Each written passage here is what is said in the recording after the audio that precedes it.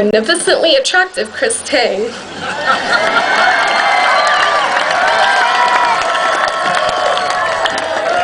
Thank you for that introduction, Nancy.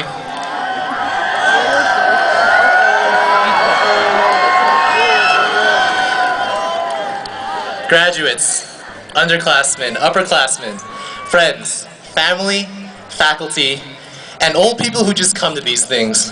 Welcome to the AHS Class of 2012 graduation. I suppose I'll start this off by passing on a few bits of knowledge that I picked up in high school.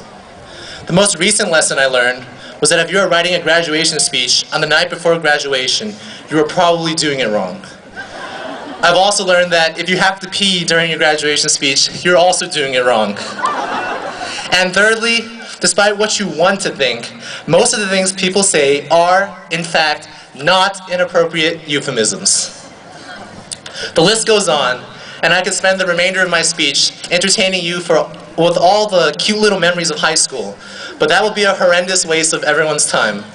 What I want to do today is share one of the most important things I learned in high school, and that is the meaning of happiness.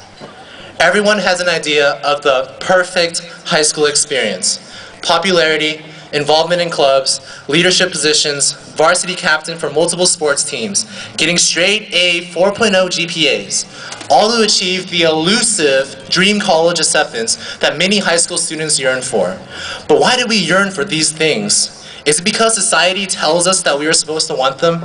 Is it because our parents, who have been so pivotal in raising us and developing our beliefs about the real world, push us to have these aspirations?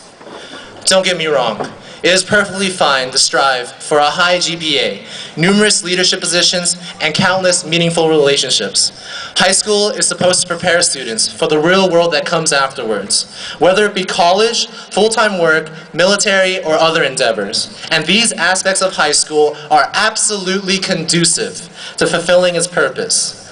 The problem here is not what we do, but why we do it. My challenge to you all is to strive towards these accomplishments for the right reasons. Whatever you have realized it in the past, are in the process of realizing it, or will realize it in the future. Working diligently to meet the expectations of others is a slippery path to immense frustration and disappointment. I say this because I was one of those people who spent much of high school striving to please those around me.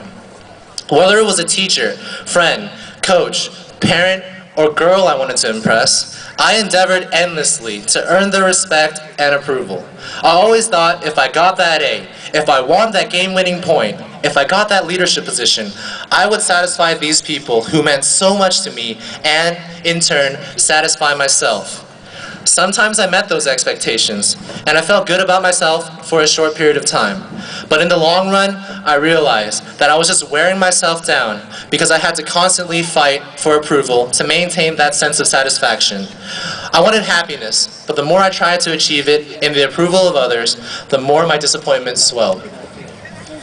My high school journey is coming to an end today, and there's nothing I could do to change the past. But what I can do is impact the future for at least one person here. I didn't realize what I'm telling you today until partway through my senior year. And I hope that all of you will realize that it's never too late to change your mindset and start striving for the right reasons. Happiness, joy, contentment, satisfaction. These are things that you can't rely on other people for. I urge you all to make decisions that make you happy, regardless of what other people think. You are the only person who can decide what happiness is for yourself. Who cares if people don't think your jokes aren't funny? Who cares if people say that your hair is ugly? Who cares if people tell you your clothes are out of style? If it makes you happy, who are they to tell you otherwise? Only you can decide what makes you happy. Life is too short to live it for someone else.